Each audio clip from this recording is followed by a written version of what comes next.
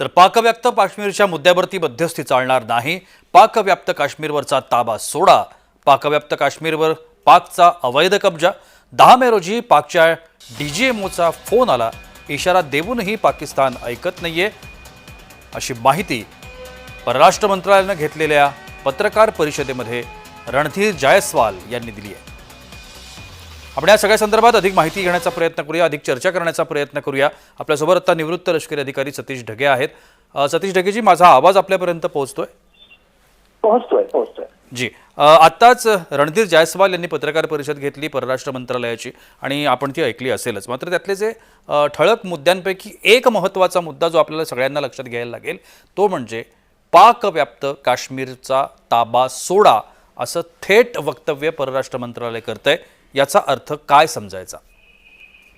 मुळातच मागच्या कित्येक वर्षांपासून भारत सरकारची ही अधिकृत भूमिका राहिलेली आहे. डॉक्टर एस जयशंकर असो, आपले रक्षा मंत्री असो, आपले गृहमंत्री असो, वेळोवेळी यांनी स्पष्टपणे सांगितलं की भारत आणि पाकिस्तानमध्ये एकच मुद्दा उरलेला आहे, अनफिनिश्ड एजेंडा आपण ज्याला बोलू. आणि तो अनफिनिश्ड एजेंडा म्हणजे पाक काश्मीर, पाक ऑक्युपाईड काश्मीर, तो त्यांनी परत करावा. ही भारत सरकारची क्लिअर कट भूमिका आहे. आता ज्यावेळेस ही शस्त्रसंधी त्या ठिकाणी झाली होती, शस्त्रसंधी ही फक्त आणि फक्त बॉर्डरच्या अक्रॉस जी फायरिंग आहे, तर त्या मिलिटरीच्या दरम्यान जे आहे डीजीएमओ लेव्हलच्या चर्चेमधून शस्त्रसंधीच्या संबंधितच फक्त चर्चा होणार होती.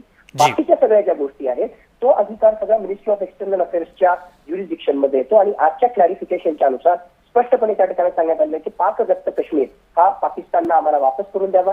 आमच्यामध्ये म्हणजे भारत आणि पाकिस्तान यांच्यामध्ये जर काही वादाचे मुद्दे असतील तर ते द्विपक्षीय चर्चेमधून त्या ठिकाणी सोडवता येतील. तिसऱ्या पक्षाची कुठलीही भूमिका नाही, असा सुद्धा आस्पेक्ट त्या ठिकाणी क्लिअर केला. आणि मुळातच जर पाकव्याप्त काश्मीर जर पाहिला तर 1994 ला भारताच्या संसदेने एक प्रस्ताव पारित केलेला आहे, ज्याच्यानुसार पाकव्याप्त काश्मीर भारताचा भाग आहे.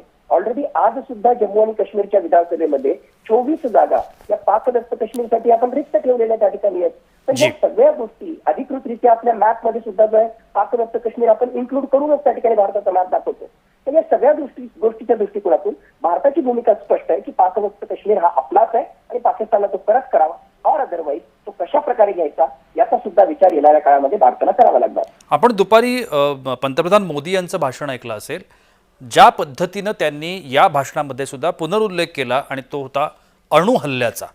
अणुहल्ल्याची धमकी देऊन वारंवार भारतावरती दहशत निर्माण करण्याचा प्रयत्न होतो आणि तो कदापि खपवून घेतला जाणार नाही, असं एक थेट वक्तव्य पंतप्रधानांनी केलंय.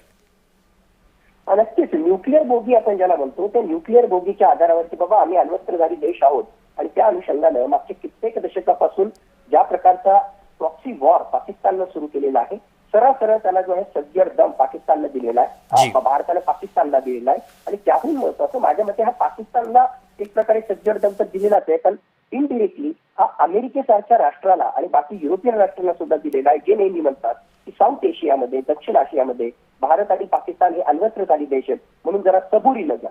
सबुरीनं कसं घ्यावं? ज्यावेळेस आमच्याच भूमीवर अशा प्रकारचा हल्ला होतो, निष्पाप लोकांचे त्या ठिकाणी बळी जातात आणि त्यावेळेस पाकिस्तानला जे आहे अशा प्रकारची कुरघुडी केल्यानंतर सुद्धा तो अण्वस्त्रधारी देश आहे, म्हणून आम्हाला सबुरीनं घ्या असे म्हणणारे जे अमेरिका किंवा इतर जे वेस्टर्न नेशन्स आहेत त्यांना सुद्धा माझ्या मते हा अप्रत्यक्षपणे इशारा होता. आणि ही न्यूक्लिअर बोगी कधी कामाला आलीच नाही. 1990चं वॉर झालं, 2016 झालं, 2019 झालं, कितीही संघर्षाची परिस्थिती झाली तरी सुद्धा फक्त त्याचा बागुलबुवा पाकिस्तानने केलेला आहे आणि त्याचा बंदोबस्त करण्यासाठी भारत पूर्ण सक्षम आहे. आणि म्हणूनच भारताच्या प्रधानमंत्री नरेंद्र मोदी यांनी स्पष्ट शब्दामध्ये अशा प्रकारचा सज्जडदम पाकिस्तानला आणि त्यांच्या माध्यमातून माझ्या मते वेस्टर्न नेशन्सला दिलेला.